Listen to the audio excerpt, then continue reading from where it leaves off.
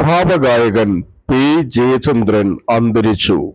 ഭാവഗായകൻ P Jayachandran 81 വയസ്സ് അന്തരിച്ചു. അർബുദ ബാധിതനായ അദ്ദേഹം തൃശൂർ അമല ആശുപത്രിയിൽ ചികിത്സയിലിരിക്കെ രാത്രി 7:45 അന്ത്യം.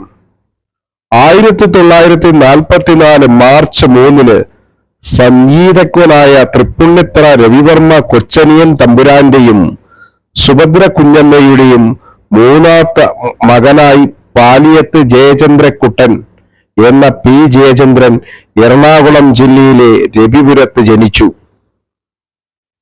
പിന്നീട് കുടുംബം തൃശൂരിലെ ഇരിങ്ങാലക്കുടയിലേക്ക് താമസം മാറ്റി.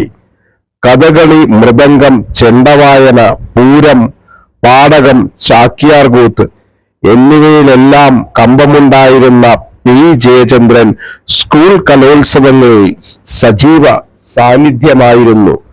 ലളിത സംഗീതത്തിനും മൃദംഗവാദത്തിനും നിരവധി സമ്മാനങ്ങൾ നേടിയിരുന്നു. ഗാനഗന്ധർവൻ യേശുദാസിന്റെ ശബ്ദം സംഗീത ലോകം ഉണ്ടായിരുന്ന കാലഘട്ടത്തിൽ ജയചന്ദ്രന്റെ വളർച്ച. എന്നാൽ യേശുദാസിനൊപ്പം ഭാവഗായകനെയും പ്രേക്ഷകർ നെഞ്ചിലേറ്റി. പിന്നീട് കാലത്തിന് സ്പർശിക്കാനാവാത്ത നിത്യഹരിത ശബ്ദമായി ഓരോ മലയാളിയുടെ മനസ്സിലും മധുചന്ദ്രിക പെയ്തിറങ്ങി. 1965 പുറത്തിറങ്ങിയ കുഞ്ഞാലിമരക്കാർ എന്ന ചിത്രത്തിലെ ഒരു മുല്ലപ്പൂ മാലയുമായി എന്ന ഗാനത്തിലൂടെയായിരുന്നു ഭാവഗായകന്റെ സിനിമാ അരങ്ങേറ്റം.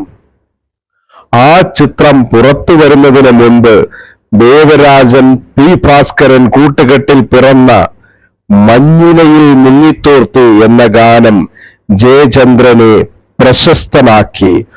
പർപ്പിൾ മീഡിയയുടെ ആദരാഞ്ജലികൾ.